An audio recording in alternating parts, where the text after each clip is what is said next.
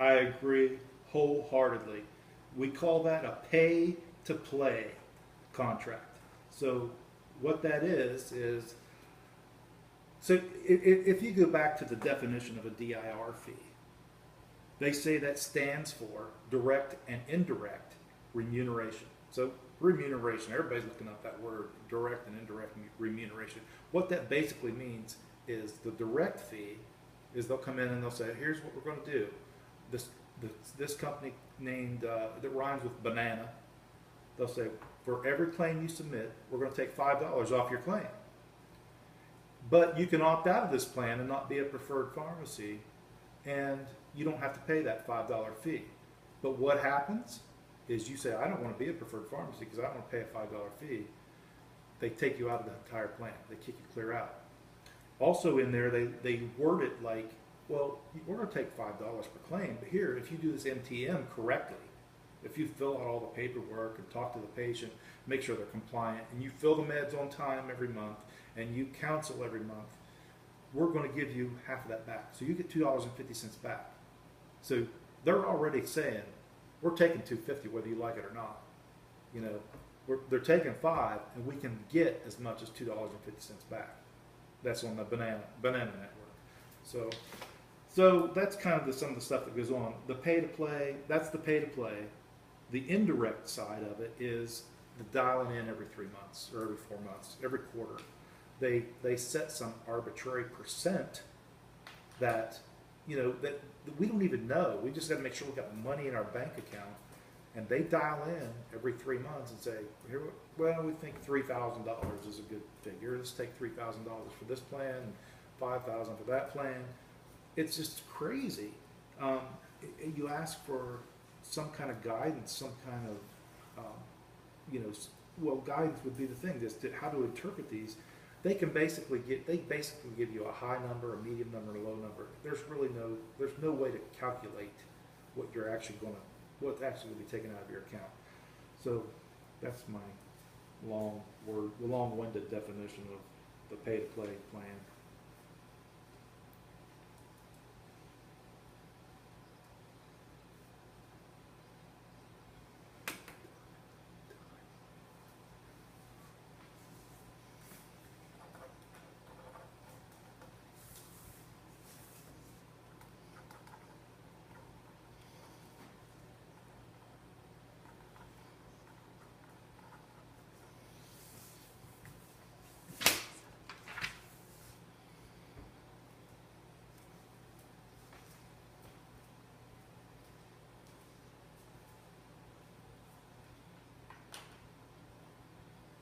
Oh my gosh, you hit the nail on the head. They have got the stuff raised, the drugs pricing raised so high with these DIR fees, et cetera, that's attached to them, that they're going. We used to have people go into their donut hole. It was like September. Maybe a big client would go into the donut hole late August or mid-August. September, October was donut hole season 4 years ago. Now it's June, July, donut hole. These people are getting, you know, they're getting pushed hard. You know, once they hit their donut hole, they're paying 100% until they hit that 5,000 something mark after that. And I'm in a rural area where these patients don't have money. I mean, you know, as soon as they hit their donut hole, man, they're cutting their meds in half. They're not taking them right. And I can't, you know, I understand. I can't force them to buy their meds when they can't afford their meds. They got to eat or get their meds. But that's the kind of stuff that's happening. And that's the kind of stuff I've been tweeting about is the pharmacies are not going to be able to provide the health care that's required of them because of these DIR fees. The patients aren't going to be able to collect or receive the help that they need. We've got patients that just, you know, don't understand. They can't read. Some of them can't read. I believe it or not. I mean, you know where I'm from. I mean, some people can't read. And it's in every state. You just can't imagine how much help people need, and if the pharmacist is constantly worried about his bottom line or how much money is being taken off the script, we got to buy it from somewhere else and get it cheaper so we can make a buck. How can you provide adequate care to a patient when you're constantly worried about that? And I think it's going to erode further to a point where even though we're pharmacists and we're trained to treat the patients, and I've been doing it 30 years, I love what I'm doing, it's becoming so common that we forget about the patient. We forget about their care. We forget about showing them how to use that diabetic test strip. And we're going, okay, we lost $10. I got to figure out how to make that $10 back. That's all we're thinking of. So, I don't know, I just get long-winded and lose my track.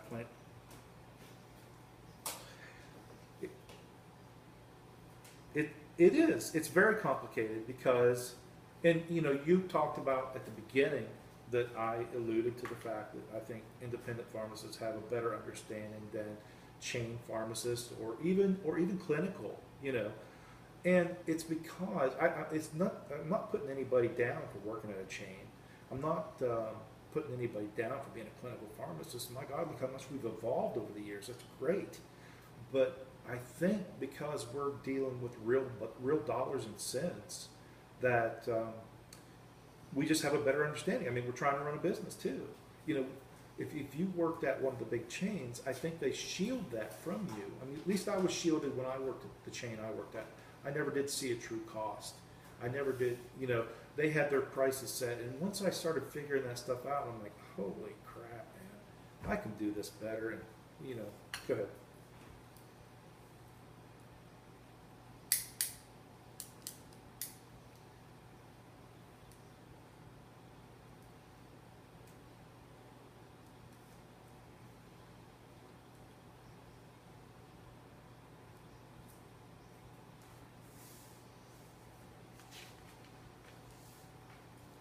They are.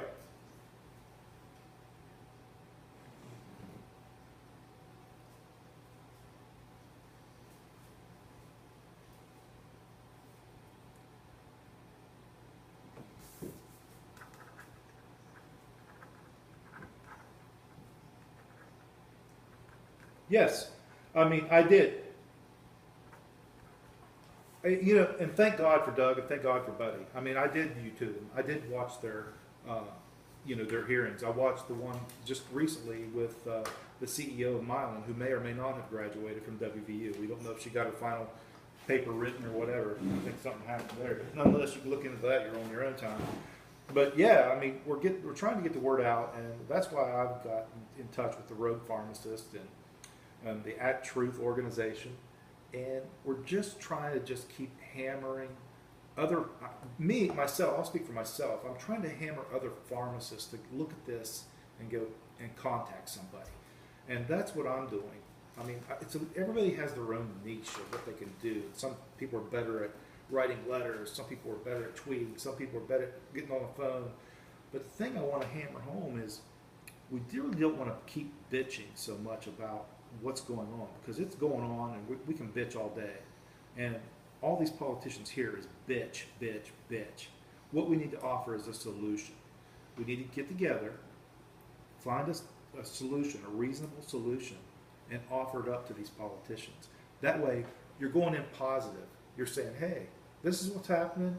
It's not really right, but we've got a solution to this, and maybe we can work together so that pharmacies don't go out of business, patients don't lose their health care, and patients don't go bankrupt because they're going to the donut hole in June instead of October.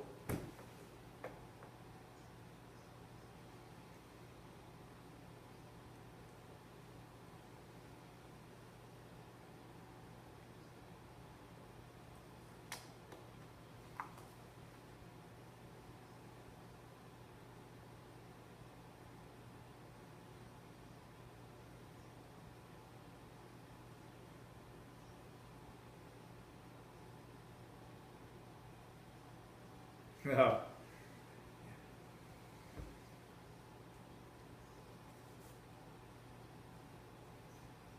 Yeah.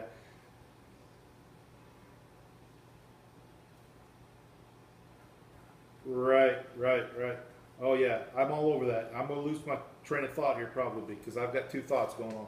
First of all, the repackaging thing. I had a class in pharmacy school 30 years ago that said when you buy a drug in bulk and you break it down and repackage it, you've created a new drug, and you can set any AWP, any price to that because it's a new drug. So that's one thing that the mail order's doing that we know they're doing, and that's why they're making. I mean, how many stories have you heard of a patient going mail order? Yes, a lot of people benefit. I agree, but a patient going mail order, then all of a sudden they go back to the local pharmacy because they didn't come on time, and they figure out, well, shoot, I can buy this cheaper at the local pharmacy because they're marking it way up. So that's one thing. What was the first thing you mentioned? You talked about repackaging. I told you I was going to lose my train of thought. What was the first part of your question?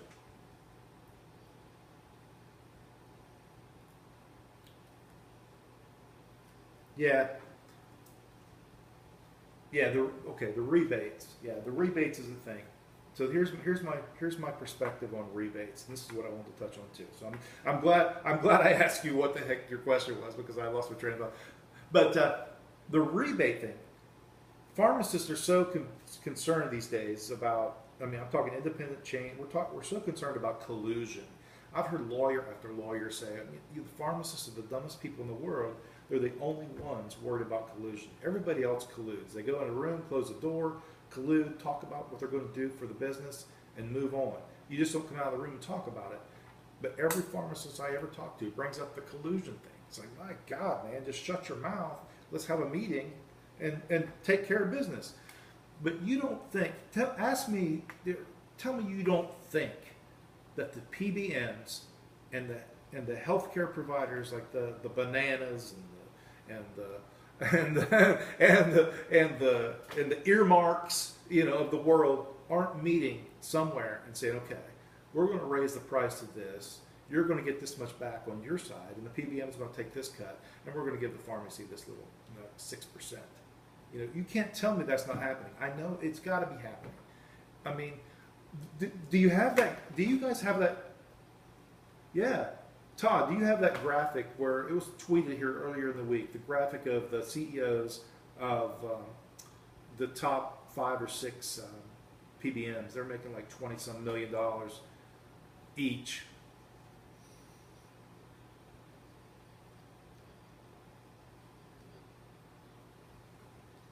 Yes, you're right. But there was a graphic posted earlier this week. Yes, you are correct. I'm trying to find it, talk to you at the same time.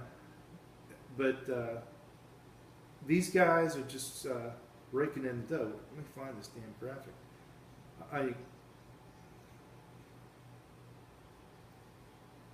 Yeah, and what are the 23,000 pharmacies in the nation making? So it's a nutso combination. A lot.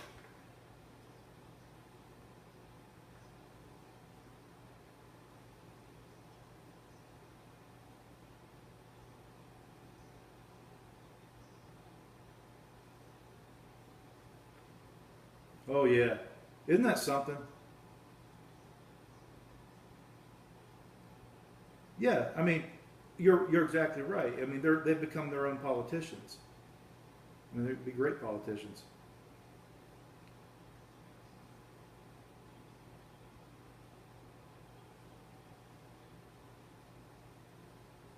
All right, chime in, Todd. Hope you have that graphic because I had it saved, but I can't find it now. I'm all nervous and stuff.